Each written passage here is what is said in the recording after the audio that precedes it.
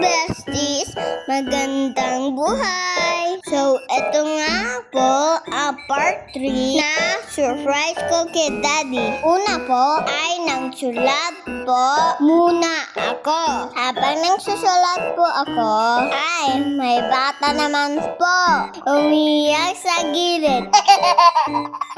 Pagkatapos po ay ginayak ko na po ang gagawin kong cupcake para kay Daddy. So, inibukas ko na po yung cupcake. Tapos, hinali ko na din po yung nips, yung marshmallows.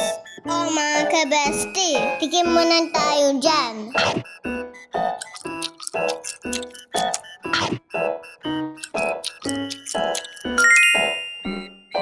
So, nang-start na po ako ng malagay ang design sa cupcakes.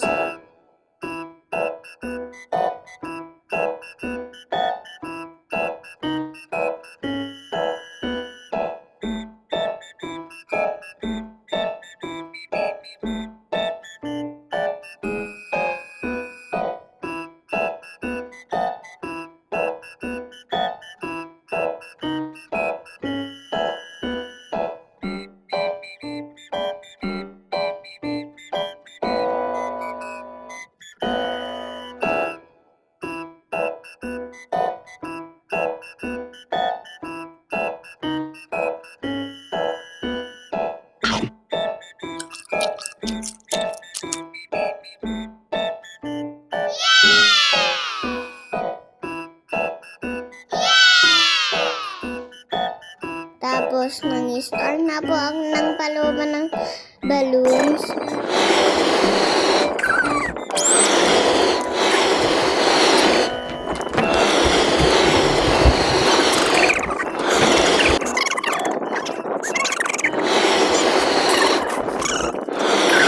Pagkatapos po, tinikit ko po to sa pader.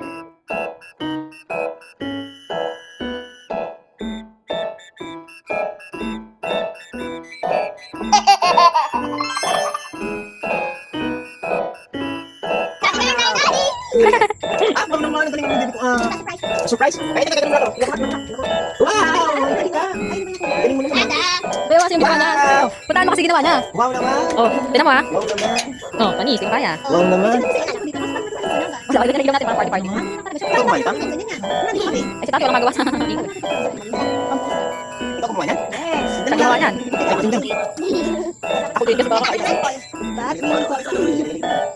Say hi, happy birthday, daddy. Happy birthday, daddy. Happy birthday. Ready, James? That's all for today, mga ka-bestie. Bye-bye!